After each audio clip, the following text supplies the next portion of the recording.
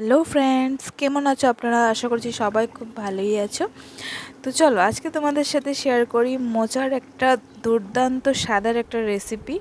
তো দেখো, 2 দিন আগে মোচাটা কেটে আমি উপরের অংশগুলো দিয়ে আমি ঘন্ট করেছিলাম আর ভিতরে এগুলো রেখে দিয়েছিলাম। তারপরের দিন ভাবছিলাম আমি এটা দিয়ে তরকারি করব, আর করা হয়নি কারণ চিকেন রান্না হয়েছিল ওর জন্য।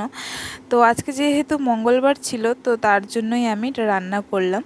তো দেখো, মোচাটা ভালো করে কেটে যে কালো কালো দাগগুলো ছিল এগুলো ভালো করে কেটে আমি মাঝখান দিয়ে পিস করে প্রথমে বয়েল করে নিয়েছিলাম হলুদ আর নুন দিয়ে।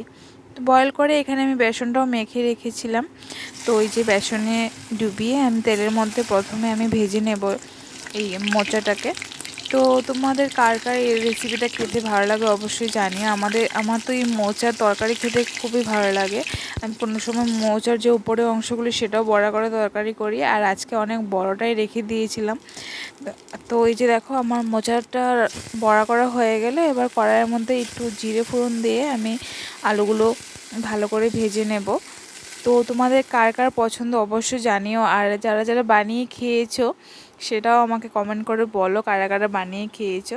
তো দেখো, আমি হলুদ আর নুন দিয়ে এখানে ভালো করে আলুটা ভেজে নিলাম। এবার মশলার মধ্যে আছে এখানে টমেটো, আদা, কাঁচা লঙ্কা আর যে গুঁড়ো মশলা সেগুলো আমি দিয়েছি, যেমন হলদি গুঁড়ো, লঙ্কা গুঁড়ো, ধনে গুঁড়ো, জিরে গুঁড়ো, সেগুলো দিয়ে আমি মিক্সচারে পেস্ট করে নিয়েছি একসাথে, তাহলে আর একবার করে ভেজাল হবে না।